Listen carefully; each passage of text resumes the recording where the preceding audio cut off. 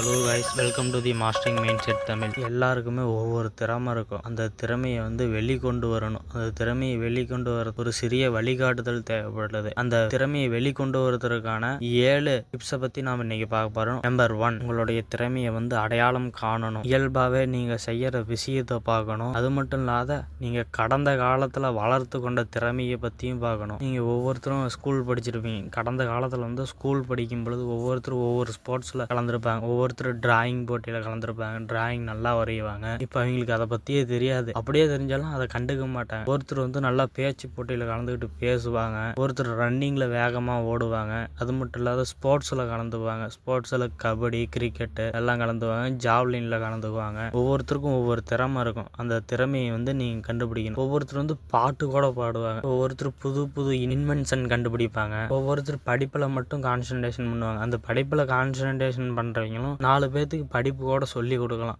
அதான் கூட எங்களுடைய திறமையாகவும் இருக்கலாம். அதனால் உங்களுடைய திறமையை என்னன்னு ஃபஸ்ட்டு கண்டுபிடிங்க. நீங்கள் கடந்த காலத்தில் என்ன பண்ணீங்க அதெல்லாம் யோசித்து பார்த்து கண்டுபிடிங்க. அது மட்டும் இல்லாத உங்களுடைய வலிமையை கண்டுபிடிக்கணும். நீங்கள் வலிமையில் உங்களுக்கு என்ன ஸ்ட்ராங்கான பாயிண்ட் அப்படின்னு அதையும் கண்டுபிடிக்கணும். அதை கண்டுபிடிச்சிங்கனாவே உங்களுடைய திறமை ஈஸியாக வெளிப்படுத்தலாம். அதுக்கு தான் உங்களுடைய திறமையை வெளிப்படுத்துவதற்கான முதல் படி. நம்பர் 2, தெளிவான இலக்குகளை நிர்ணயி. நீங்கள் எதை அடைய விரும்புகிறீங்க, அது மட்டும் இல்லாத உங்களுடைய வாழ்க்கையினுடைய லட்சியம் என்ன, அதை ஃபஸ்ட்டு தெரிஞ்சுக்கோங்க. அப்படின்னா தான் நீங்கள் கொஞ்சம் சீக்கிரமாகவும் உங்கள் லட்சியத்தையும் அடைய முடியும். ஒவ்வொருத்தருக்கும் ஒவ்வொரு விதமான லட்சியம் இருக்கும். ஒவ்வொருத்தருக்கும் ஒவ்வொரு குறிக்கோள்கள் இருக்கும். ஒவ்வொருத்தருக்கு வீடு கட்டணும்னு ஆசை இருக்கும். ஒவ்வொருத்தருக்கு கடன் இல்லாத வாழ்க்கை இருக்கணும்னு ஆசை இருக்கும். எல்லாத்துக்குமே ஒவ்வொரு விதமான ஆசை இருக்கும். நோய் நொடி இல்லாத வாழணும்னு கூட ஆசைப்படுவீங்க. ஆசைப்பட்டால் மட்டும் போதாது, அதுக்குண்டான முயற்சியையும் எடுக்கணும். அதுக்குண்டான இலக்குகளையும் நிர்ணயிக்கணும். அப்போ நிர்ணயிச்சிங்களா தான் உங்களுடைய வாழ்க்கையில் லட்சியம் அடைவதற்கான ஸ்டெப்பை எடுப்பீங்க. கவனமாகவும் ஊக்கமாகவும் இருப்பீங்க. நம்பர் 3, வளர்ச்சி மனப்பான்மை. உங்களுடைய திறமையும் புத்திசாலித்தனமும் முக்கியம். கடினமாக உழைக்கணும். நீங்கள் உங்களுடைய திறமையை கண்டுபிடிச்சா மட்டும் போதாது, கடினமாக உழைக்கணும்.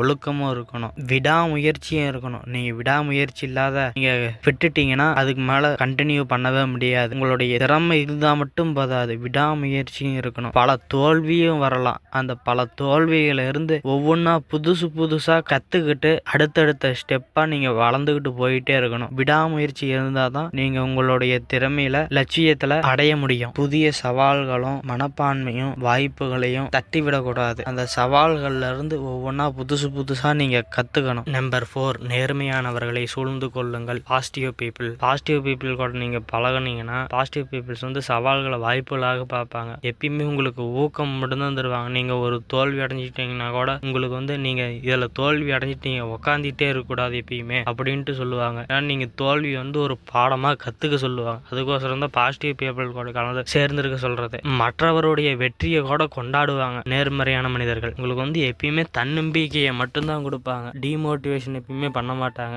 ஆக்கப்பூர்வமான சிந்தனைகள் மற்றும் வெற்றியின் மனப்பான்மை உங்களுக்கு கிடைக்கும். நம்பர் 5, ஆபத்துகளை எதிர்கொள்ளவும். ஒரு ஆபத்து உங்களுக்கு வருதுன்னா அது என்ன ஆபத்து, பெரிய ஆபத்தா சின்ன ஆபத்தான்னு தெரிஞ்சுக்கோங்க. அதுக்கப்புறம் எதிர்நீச்சல் போடுங்க. எப்பயுமே நீங்கள் தயாராக இருக்கணும். உங்களுக்கு ஒரு திடீர்னு ஒரு மருத்துவ செலவு வருதுன்னா கூட நீங்கள் எமர்ஜென்சி ஃபண்டுன்னு சேர்த்து வச்சுக்கணும். அப்படியே உங்ககிட்ட காசு இல்லைனாலும் அந்த காசை எப்படி திரட்டி நீங்கள் அந்த சூழ்நிலையை சமாளிக்க தெரிஞ்சிருக்கணும். எவ்வளவு பெரிய ஆபத்து வந்தாலும் நீங்கள் மனசை திடமாக வச்சுக்கணும். இந்த ஆபத்தை சமாளிக்கிற அளவுக்கு நீங்கள் தயாராக இருக்கணும். நம்பர் 6, சுய பராமரிப்பை கடைபிடிக்கவும். Self care. உங்களுடைய உடல் ஆரோக்கியமாக எப்பயுமே நீங்கள் வச்சுக்கணும். நீங்கள் போதுமான தூக்கம் தூங்கணும். ஒரு மனிதர் 6லேருந்து 8 மணி நேரம் தூக்கம் இருக்கணும். அப்படின்னா தான் சுறுசுறுப்பாக வேலை செய்வாங்க. சத்தான உணவாகவும் சாப்பிடணும். தினைக்குமே ஒரு மனுஷர் ஒரு அரை மணி நேரம் உடற்பயிற்சி செஞ்சாங்கன்னா இன்னும் உடம்பு ஆரோக்கியமாகவே இருக்கும். நம்பர் 7, நிலைத்தன்மை மற்றும் விடாமுயற்சி. உங்களுடைய திறமையை வெளிப்படுத்துவதற்கு ஒரு பயணமோ ஒரு வேலையோ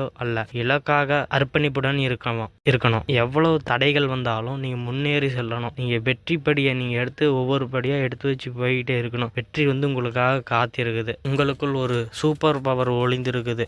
அதை வெளிக்கொண்டு வாருங்கள். இந்த 7 டிப்ஸும் உங்களுடைய திறமையை வெளிக்கொண்டு வரத்துக்கு உதவுன்னு நான் நம்புகிறேன். இந்த வீடியோ உங்களுக்கு பிடிச்சிருச்சுன்னா லைக் பண்ணுங்கள், சப்ஸ்கிரைப் பண்ணுங்கள், ஷேர் பண்ணுங்கள், கமெண்ட் பண்ணுங்கள்.